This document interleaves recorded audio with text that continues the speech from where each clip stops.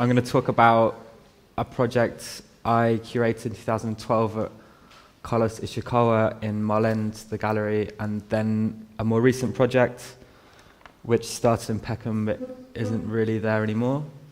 The title is sort of jokingly what you sell is what you get, which is obviously a bad pun on the event title, but I guess I was trying to emphasize that there's always an economic aspect to these discussions, and that art or the digital is in a space outside of everyday life, and something like the art market is also indicative of wider economic relations and influential in turn upon these economic relations, from gentrification to money laundering. So I think this is something to bear in mind when engaging with these issues, and not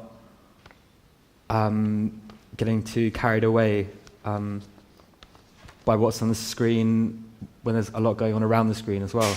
This happened in September 2012. This is the installation shot, or at least one of them. The artists were Ed Fornielis, Holly White, Ben Vickers, Ian Ball, Katja Novitskova, Marley Mull, and Artie Vick, and 6 of them were in the gallery space. Artie modified all the images to Photoshop his own work into the space, which you can probably spot.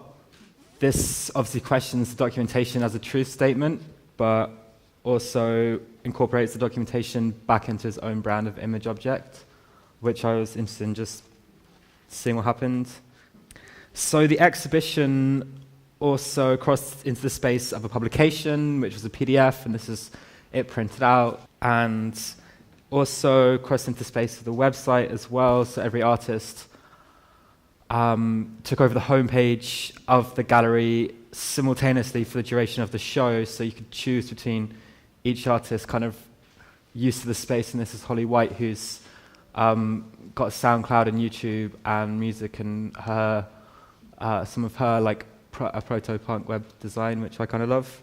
So those are 2 spaces, and the gallery space is obviously the third space, and I was interested in working out when you're looking at an art object, if you're looking just at the art object, or if you're looking at lots of other relations around it as well.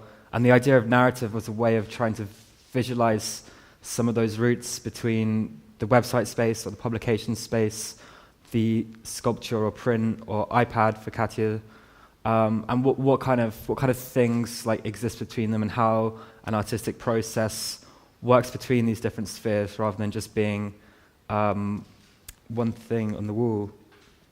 And to me it was, even though I don't think any of the work really sold at the time, or if it did, it wasn't very much, it was important to have the show in a commercial gallery, even when it wasn't a particularly commercial show, so we can directly make a link between what were slightly more progressive art projects in 2012 and sort of the omnipresent commercial nature of the art world.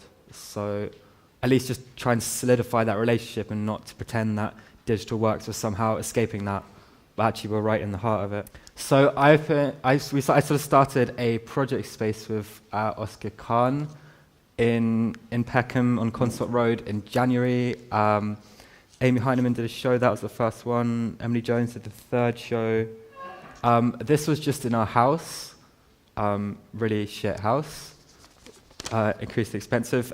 We did shows of Amy Heineman, Samuel Kensel, Emily Jones, and Mariah Kill before we got kicked out. There's an amazing moment in Emily's show when the landlord came round to show some like buyers or something the house, and this was the living room, which had sofas and all those things in the last time he'd been there, and he just saw this sort of pile of salt and all the other stuff, and it didn't have the same grasp of contemporary art as us, so was confused, I think.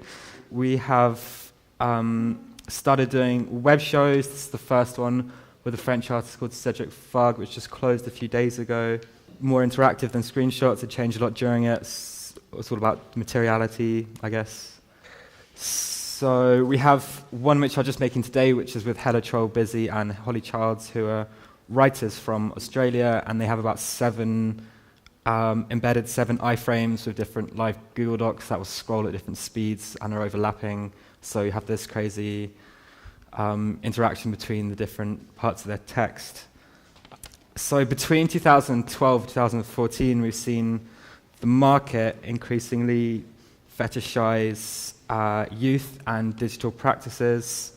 The types of work that was showcased in the Net Narrative show are now definitely more sellable and in vogue, and it's now not uncommon for exhibitions to span a gallery space, a web space, a publication space, a performance space, a process narrative, etc.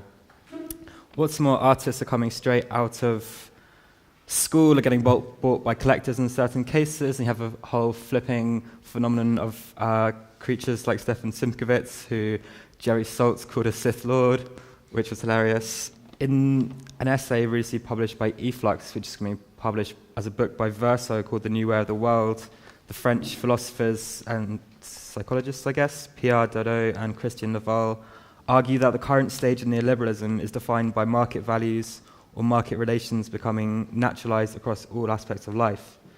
And it seems to me like the trading of artists on the art market can be seen as a very refined example of this.